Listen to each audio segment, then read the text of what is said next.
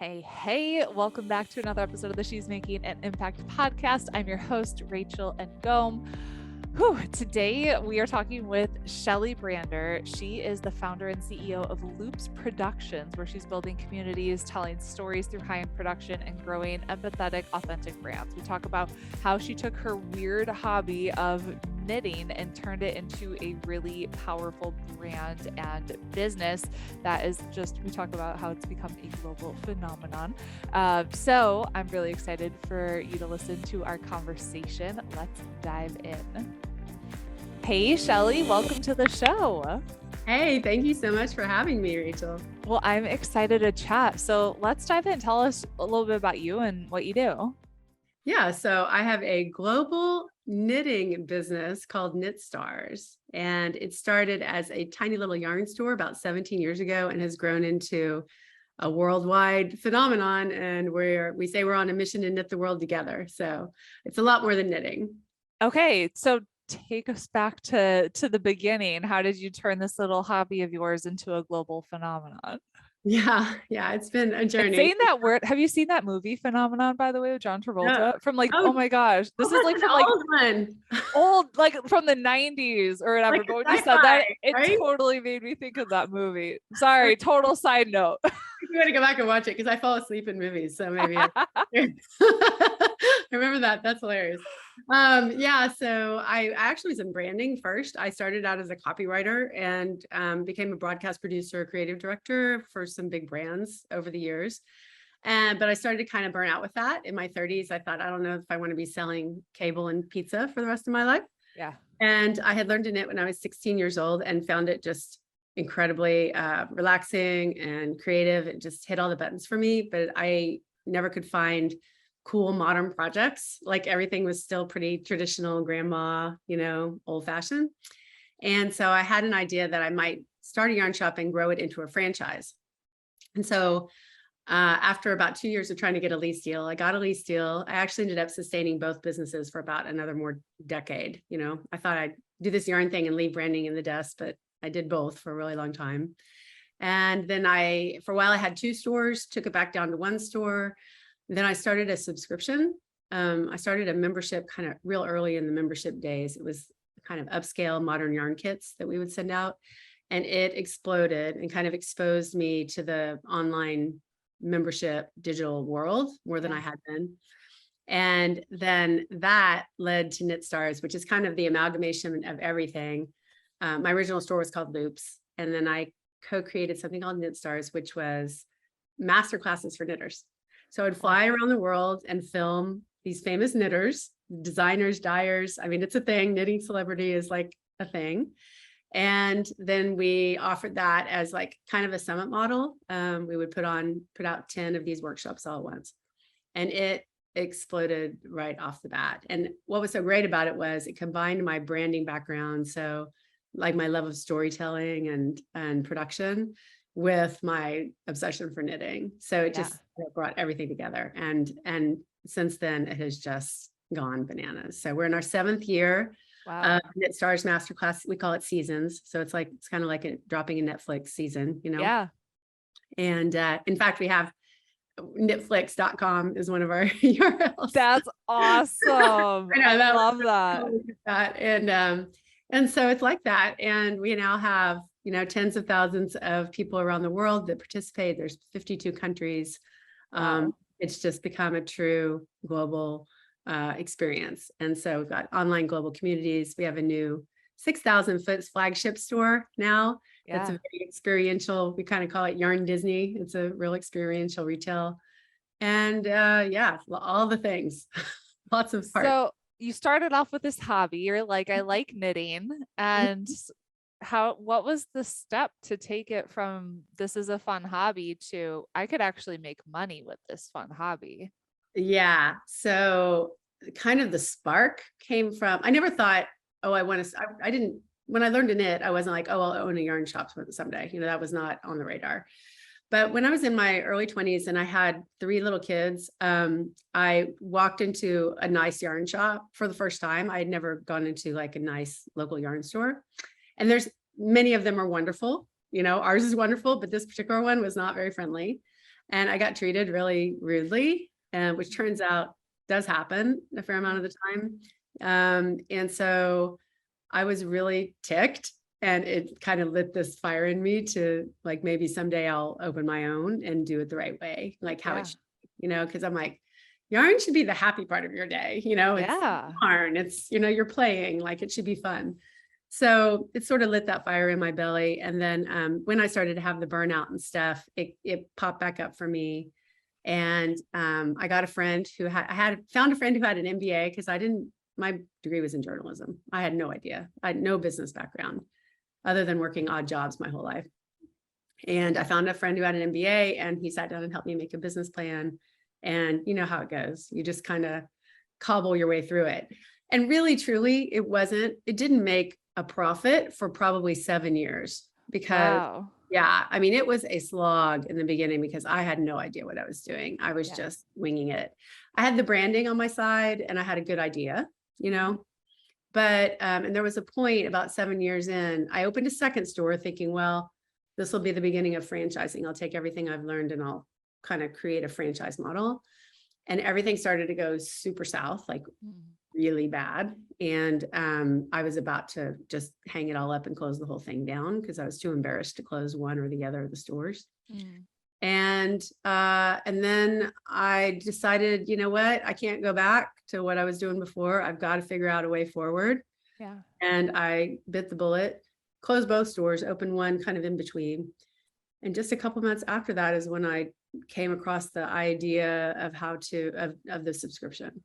So it was like, that was when it really broke open and started to really, really grow a profit. And, profit margin was there, because margin isn't great in retail, obviously. Right. So, You have a lot more expenses there. yeah. Plus yarn is so seasonal, or it was, it's like everyone gets the urge to knit in the winter time. So it was feast or famine. Every year it'd be awesome in fall and winter. And then we'd just scrape by the rest of the year. Yeah. Subscription model evened all that out and made it where, it was sustainable, because we had income every month. So that was the big turning point. Yeah. So that's a long time to go from, like struggling, right, with the 2 stores and going in between to finding the subscription model. What kind of like kept you going during all of that? So, because a lot of people would have been like, screw this. totally. I had my days. Trust me, I had my days. So the thing that made it possible was that I had the branding thing first. And I thought I was in that business with my then husband. I married a guy with the last name Brander, so that was pretty handy, That's funny. Yeah, our company was Branders Incorporated. And I said, look, I can do both of these things and raise our 3 kids for, I think I can do that about a year before I just collapse. And because that business didn't make money right off the bat, I had to keep both going then. So the branding was bringing in the money. And then, I'm like just pushing through, just barely getting by with the yarn part. So I had to keep my foot in both things for, I really was 13 years, I think, before we completely shut down that business. And I think there was a little bit of like, my ex, he was really supportive and he helped too. Like he did graphics for the business and stuff, but he's like, hey, you can't, until this thing makes money, you got to keep, driving this one. Cause I really, drove the branding one a lot. I was the account service person, the writer and stuff. So that's how it was, basically just a ton of hustle, late nights, but I was so passionate about, not just about knitting, but about the benefits of knitting. And I had felt so alone in the early days with the knitting because I couldn't find anyone my age who was doing it. Yeah. And I thought more people need to know the benefits of this. Like this needs to pull out of the dark ages a little bit. And I saw it as doing something really different, where the branding was kind of like, that's what everybody's doing, but no one was doing this thing, and it needed to be, in the world. So yeah. So how did you kind of build community around this whole movement that you created? Yeah, that's a good question. Well, I'd seen it firsthand in the store. So that was my model, was like the couch in the store, like we always had a lot of seating areas and hangout areas, like a coffee shop at our stores. And it was so cool to see that like this one thing, and this isn't true of a lot of things, but it was true of knitting.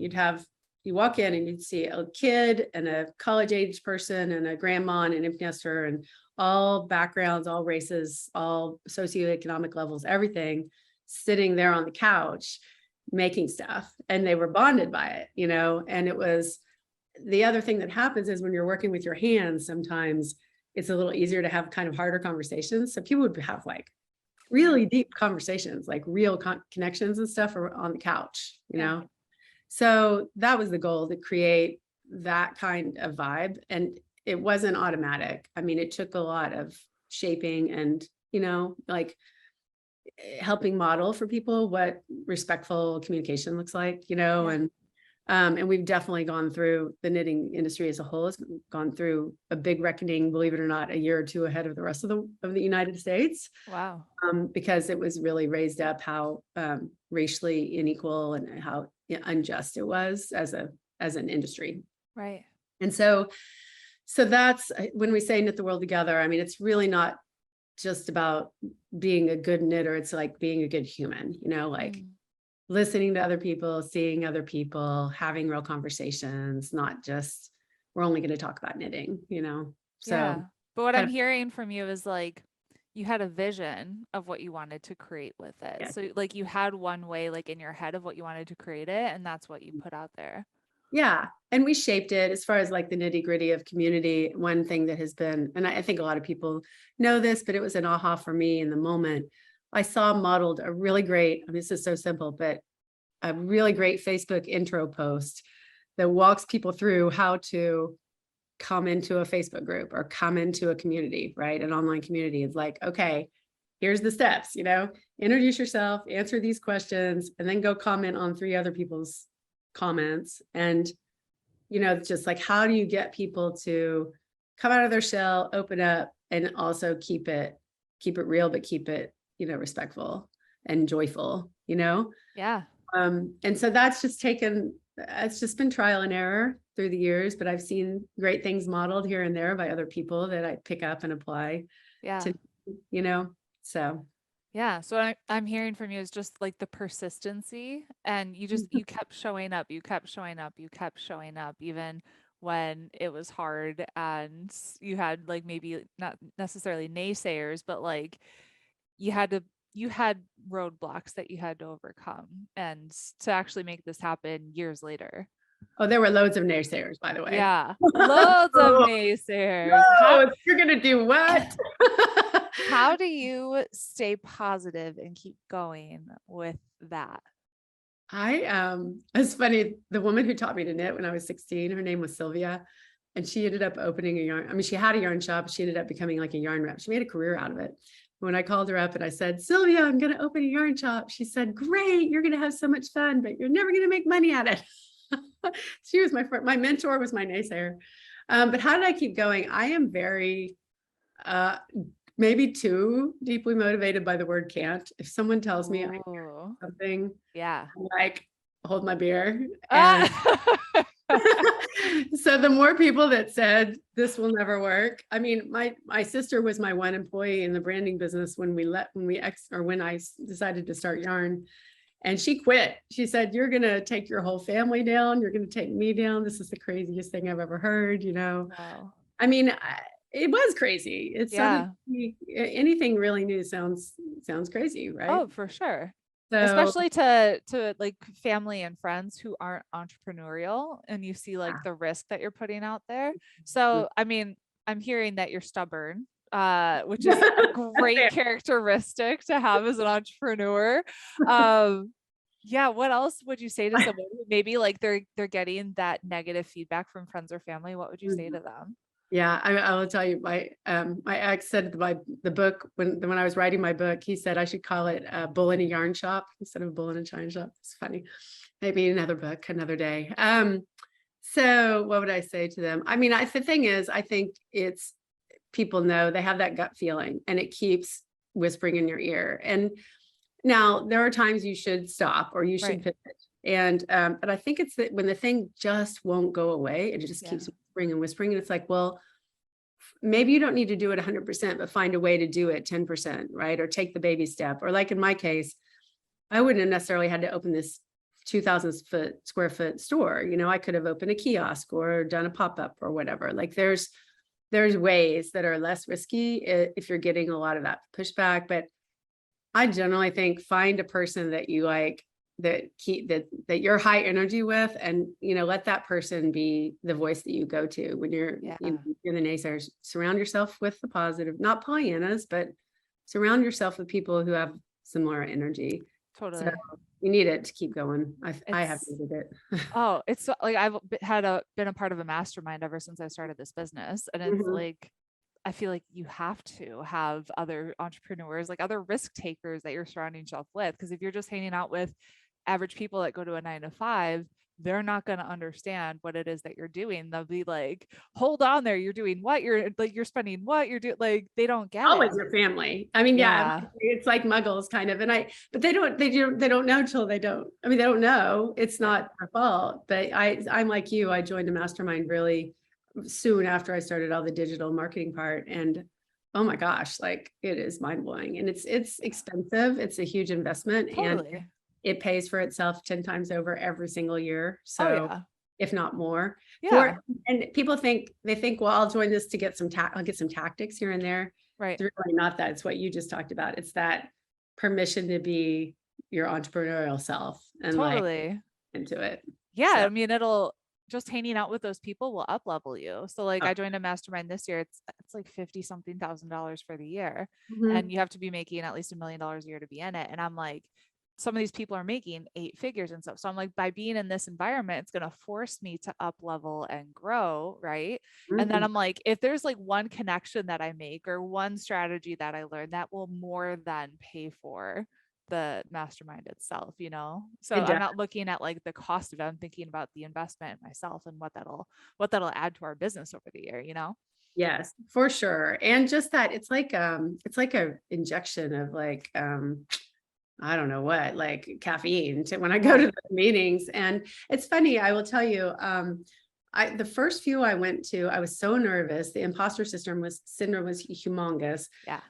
My mentor had made a case study about me, and I kind of vaulted up into this mastermind because of that. It was kind of like, look, she did it in knitting. It can happen anywhere. But I'm surrounded all of a sudden by these people that like, I'm thinking, no way, I don't belong in this room. I'm the yarn girl. First few I went to, I had people tell me, okay, make a goal for who you're going to sit next to for when they do roundtable hot seats, and make 3 goals for your time at the meetings and stuff. And I was so nervous. And I think it was my third or fourth meeting. On the flight there, I just opened up my Audible app, and the first book that came up was The Surrender Experiment. Have you read that? I have not. Amazing book. My favorite book. Add it to my list. Yeah, put it at the top and do the audio version. He just came out with a third title, but he's great in the audio version. It's my go-to if I'm like stressed and I'm on a plane and I just listen to it. But it's a business story. It's unbelievable business story, and I won't spoil it. But it starts out as kind of a woo-woo sort of meditation story, and then it grows into the business. But the main thrust of it was like, just he did an experiment where he just decided to. It's kind of like Say Yes. Who's that? Shonda Rhimes' Say Yes book. The Year of Yes. Year of Yes. Yeah. Yep. Kind of like that, a little different. And he just decided, I'm just going to surrender and go with whatever, wherever the wind takes me kind of thing. Someone asked me to sit next to them, I sit next to them. I just go, I'm not going to say no, and I'm going to roll with it. Yeah.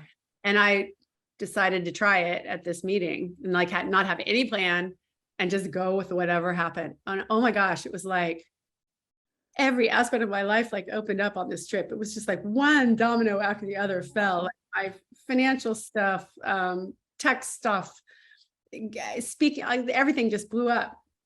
And I try to keep coming back to that, because I think as entrepreneurs, we like to control. Oh yeah. We like to, wear all the hats and do all the things. And for me, my big lesson was it works better if I don't try to force everything, Yeah, just let go. Yeah. That's been the big one for me the last couple of years. So I think that's a big lesson for, because I think as entrepreneurs, a lot of times we tend to be more controlling. Like we want to control the outcome, when in reality, for you to grow, you have to let go of control. And so being able to let go, I think that's really powerful. Yeah. lesson, And right? yeah. And my most recent mastermind meeting, one of the things they said, 'cause a lot of people with the economy and inflation and everything, a lot of people are having more of a flat year, in my particular mastermind. And I think Yeah. that's true everywhere right now. Yeah. And the best advice I heard was, especially as you get to the phase where you have team, right? That when things get tough and stressful, like we entrepreneurs want to step back in, it's actually when we need to step out more and let the team rise up with ideas and stuff. Because Yeah. we will tend to come in with a lot of like stressful or controlling energy when things are down, like Yeah. fix everything. And it's like, let your team, this is their moment to like come to you with ideas, which was interesting and actually has turned out to be true. Not that we're not down or flat, but it did make me go back to my team and say, hey, wide open field, magic wand, what ideas do you have to increase the business? And it was like, they were like, I mean, they came through big time. So I love that. yeah. Yeah. So you've done a TEDx talk. What was that about? Mm. The title of it was Your Weird Little Hobby Can Change the World. Okay. And it was a little bit about my journey, a lot about what's happened in the fiber space, like I was referring to, that, we had this big moment where everyone kind of rose up and said, hey, this is unjust and we don't have enough inclusion in the space. There's a lot of people being left out. And I shared that because of that, kind of the magic that happens on the couch, because we have this shared niche that we all are passionate about, it creates this foundation where we can have those harder conversations. Yeah. So it's not just about the hobby and how the benefits of the hobby, but the connections it makes, that's change the world part. So I love that. So for someone who might want to do a TEDx talk, what would you say to them to actually get it done? And what goes into that? I have a couple pointers on that. I mean, there are people out there that do that. They help people get on TEDx stages and stuff. Yeah. And I have a friend, Victoria LeBaum, who has a Rock the Room course that she teaches getting on stage and stuff a lot. For me, it was just what motivated me to do it was I realized I was afraid of it. I had not done speaking, and I'm like, I want to get over this because I have a book coming out. So I want to get comfortable with stages. And also it is a way to spread the word. It's not my number one thing, but I do enjoy it when I've done it.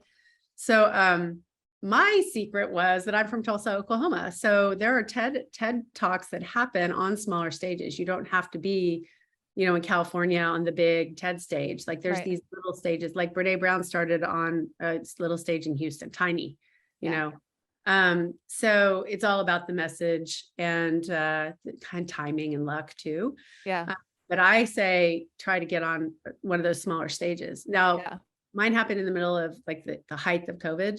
So they ended up having to pull it. They pulled the event, like COVID broke out like maybe 2 months before, like really broke out. So they canceled the stage event, which was going to be on a pretty nice big stage in this performing arts center. And I ended up doing it in a tiny little space. Like they postponed. It was run by students. Like a lot of it was students and they were graduating.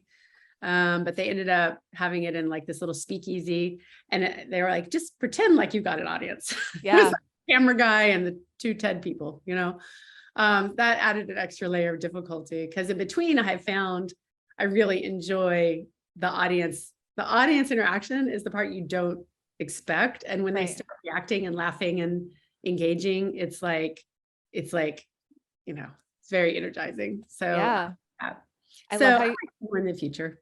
No, I love how you said that you were like afraid of public speaking and afraid of doing that. Cause it's so funny. I was actually like reflecting this morning how I've gotten comfortable in my business. Like the things that used to make me uncomfortable or scared, they don't anymore. Like you grow, right? And so I'm like, what can I do that's going to get me uncomfortable? And I was like, I've never done a TEDx talk. So that could be like the next thing. And when I like said I'm like, okay, this is what I gotta do. I got like that little bit of anxiety of like, oh crap, now I have to do this. I know exactly what you mean. Oh, why did I think of this? Yes. Well, I have somebody I could give you a resource. That would be awesome. Yeah, I haven't worked with them yet, but I know the people that referred them to me. So Yeah, for sure. That's kind of like, I'm afraid of heights, or I used to be. And for a while, I was afraid of bridges. Like for a while, I could not drive over bridges. Like it Oh, was a wow. big challenge for me. Yeah. Now I'm looking out the window of one that I walk over every day, this huge suspension bridge. But I went in Knitstar season 4, we went to Peru, and I was just in Peru. do you really? Where'd you go there? Did Machu you? Picchu. Yeah, Yeah. yeah. And so I'm like, okay, we're doing this thing, and then at one point we went to Arequipa, Peru in the south, where we went to 15,000 feet where the alpacas live, right? Yeah. It's crazy. And like no one could breathe. And it was like, okay, I'm still not 100%, but it definitely chipped away at it. Like I've got a problem, I've got to work through this, Yeah. everything. Well, So most people like shrink back when it's something that's a little uncomfortable and they're like, I'm just going to avoid it. But I think you just need to figure out what that thing is and see how you can pursue it so you can actually overcome it. It'll give you confidence. You can continue to grow.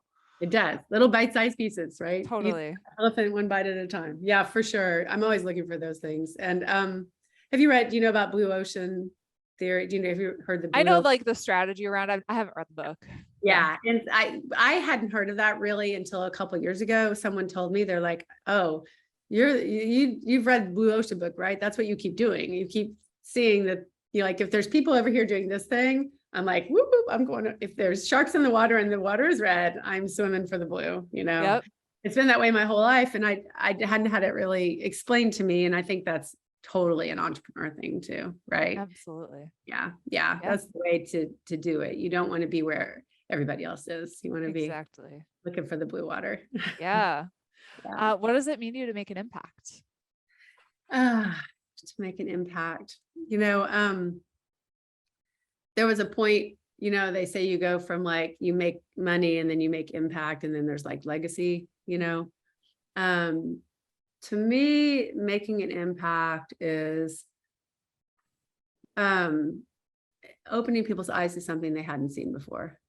So like when it comes to knitting, it's like everybody thinks one thing about knitting, and then when they make they like make fabric and they go, oh my gosh, and like that's impact, like in the tiny way. And then there's levels, there's the things to me that leave more of a legacy. Maybe that does. Maybe I teach somebody to knit and it becomes their life's work or whatever. But the things that really leave the legacy to me are the moments of connection.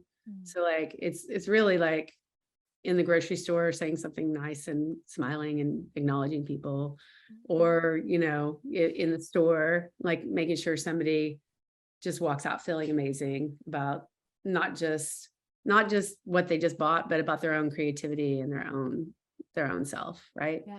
But to me, it's really the inside work of like really seeing people, helping them feel seen, helping them grow in their own confidence, and like walk out into the world with that level of comfort and confidence. That's where I want to continue to make the impact. And then also, as we've gone along, helping partner, support, invest, collaborate with particularly marginalized populations that have been left behind in my industry is it's just a big thing. I enjoy doing that behind the scenes. I really most enjoy lifting other people up, like finding these designers, dyers, people that are doing super cool stuff, and like helping them step into the light with it and get noticed and spread it. That is where I get the most like jazz energy, Yeah, absolutely. Where Yeah. can we connect with you? So my main website is knitstars.com, nice and easy. And you can reach me, Shelley at knitstars.com direct. I have my book out there. It's maybe painfully transparent about my life. I've been told it can be read in one sitting, and it has been often. It's called Move the Needle: Yarns from an Unlikely Entrepreneur. It's out there everywhere. The big thing was it made the Wall Street Journal bestseller list, which was, I think, for a yarn girl, and just for a girl, because that list is really dominated by men. I mean, the week I was on it, it was me and Brene and a bunch of dudes. Wow. That was a big thing, just seeing yarn as a business, and we have so So I know everybody watching this is probably thinking, I don't have time to knit if they don't already, right? But I will just make the pitch that I didn't think I had time either when I first learned. And everyone says I'd never be patient enough. Entrepreneurs need something. If it's not knitting, it needs to be something that is repetitive, mindless, zen. I have sports. I know you have sports. I'm not crazy tennis player, yoga, all that stuff. But there's something about making with your hands that is a great yin to the yang of the digital world we live in. So doing something real, lasting, hands-on is just a really good balance for all the time we spend in front of our computers. Yeah. And we have a new beginner course we just are dropping literally the next day, called Knit Start, that it's all my learning from the last 17 years. We realized we didn't have a way for beginners to start. And so we built it out it's 5 hours of instruction. And I filmed it with my friend Jean Troublehorn, who's a Hollywood actress. A lot of people probably know, and her friend Lisa. And I'm really excited about it. Because I think so many people with knitting, with entrepreneurialism, it's like this popcorn learning. You read a book here, someone shows you this, then you see this online, then you do this, watch this YouTube video, and it's very meandering. And if you can find someone who can put you onto an actual clear path, it's pretty life-changing. So that's what we try to do with it. So people can sign up for that at knitstart.com. It's $39. It's a really low price product. We did it that way on purpose because we want to make it super easy, accessible for everyone. So I encourage people to check that out if you've ever thought about knitting or thought you might like it. And we make cute stuff. It's not grandma. It's cute. I'm not that there's anything wrong with grandmas. We make cute stuff for grandmas, but it's even the very first, a lot of people think when you first learn to knit that they go and they buy like practice yarn at Walmart or, my craft store. They think, well, I'm not good enough yet. I'll wait and get the good yarn when I'm good. But it really is not that much more to get nice yarn. I think you should make and wear everything you make, either wear it or gift it. And so I don't want people putting in time on practice stuff. I want them finishing things and having cool stuff to wear. So yeah. Cool. Lots of places to connect with me. Awesome. Well, Shelley, thank you so much for being on the show. I really appreciate you. Thank you. It was really fun.